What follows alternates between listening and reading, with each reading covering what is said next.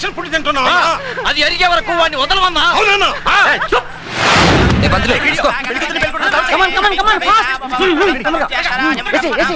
అమ్మయ్యా వచ్చేసావా? నువ్వు ఎలా తీసుకొస్తావు టెన్షన్ వెయిట్ చేస్తున్నాను. ఏంట్రా ఇది? ఎమర్జెన్సీలో దాంట్లో వేసేయచ్చని ముందే 3 వేసిచ్చాను. ఎప్పుడైనా ఒకటే కదరా. ఇది మన ట్రైనింగ్ అంటే. నా శిష్యుడు అనిపించుకున్నావు. ఈయనెవరు అసలు? మా తెలుగు మాస్టర్. మాకు లవ్ పాఠాలు నేర్పింది ఈయనే.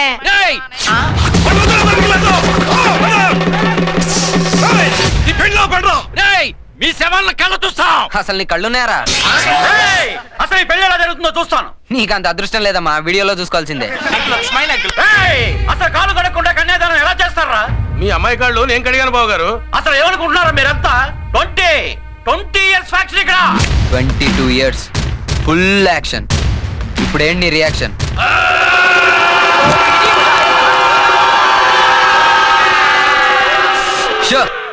ఈ అరుపులు కేకలు అరిగిపోయిన డైలాగులతో మా బ్రెయిన్ తినద్దు. బావర్చి నుంచి బిర్యానీ తెప్పించాను, కావాలంటే వెళ్ళి తినండి. కడుపు కాలిపోతుందా? అందుకే మరి బిర్యానీ తినమంటుంది.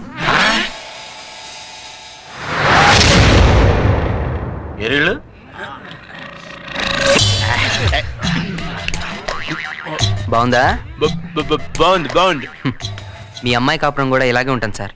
చూడండి, ఎవడో తెలియని వాడికి ఇచ్చి వాళ్ళిద్దరు ఒకళ్ళనొకళ్ళు అర్థం చేసుకునే లోపల విడిపోయి, అసలు వాళ్ళెందుకు విడిపోయారో తెలుసుకునే లోపల మీరు వెళ్ళిపోయే బదులు వీళ్ళెందుకు ఒకళ్ళనొకళ్ళు ఇష్టపడ్డారో తెలుసుకుంటే మీ ఆరోగ్యానికి చాలా మంచిది. ఈ పొల్యూషన్ లో కూడా డెఫినెట్ గా 10 years ఎక్కువ బతుకుతారు. ఏమంటారు? అంతేనంటావా? మరి ఆ సుమోలు స్కార్పియో బిల్ నేను సెటిల్ చేస్తాను, మీరేం వరి అవ్వకండి. ఓకేనా? మీరేమి కట్టక్కర్లేదు బాబు గారు, అవన్నీ మన ట్రావెల్స్ బళ్ళే.